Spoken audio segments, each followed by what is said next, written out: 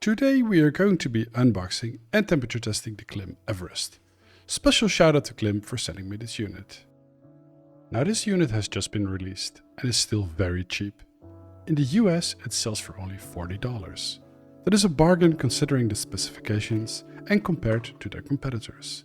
A link to the KLIM Everest can be found down in the description below.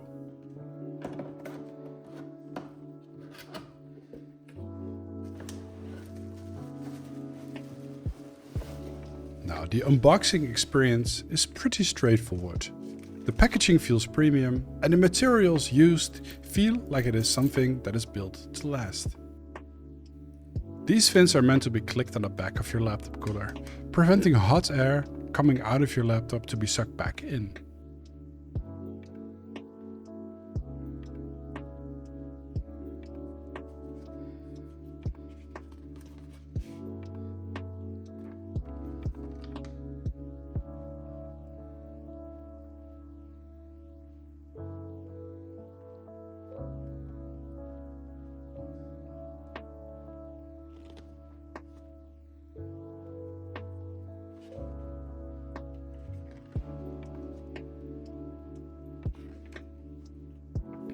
Now I really like the way the KLIM Everest looks. It is an upgraded version of the KLIM Mistral and the KLIM KN01.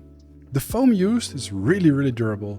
It is the same foam used on the EATS GT500, which is more than double the price.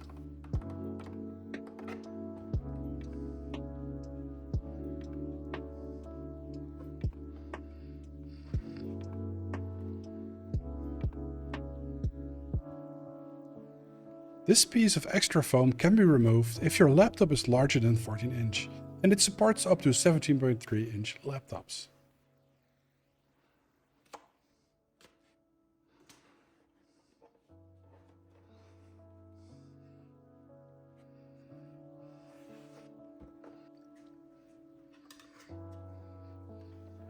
Honestly, I don't know how much these heat shields do for the cooling, but it is nice to have.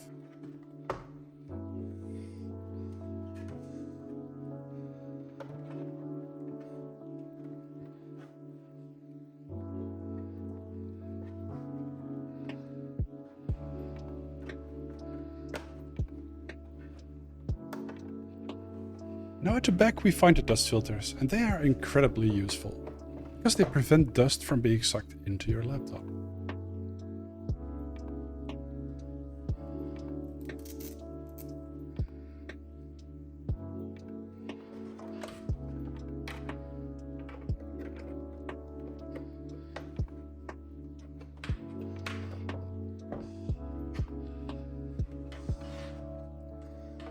The laptop stopper is a little on the short side, and I could have made it a little taller.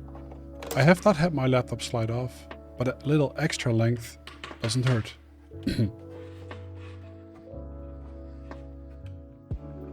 If I would compare the sound of the KLIM Everest to the EATS GT500, which is arguably one of the best laptop coolers out there, also one of the most expensive ones, the sound on the KLIM Everest is really good.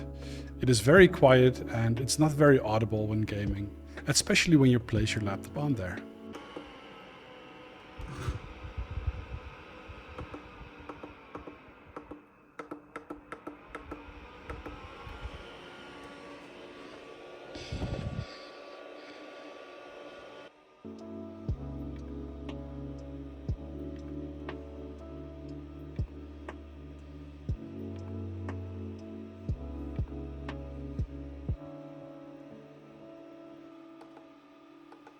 And of course we have some RGB at the front and the back. And we all know RGB increases the cooling by 65.3%, and it is necessary to have. Rainbow RGB can increase the cooling up to 72.3%.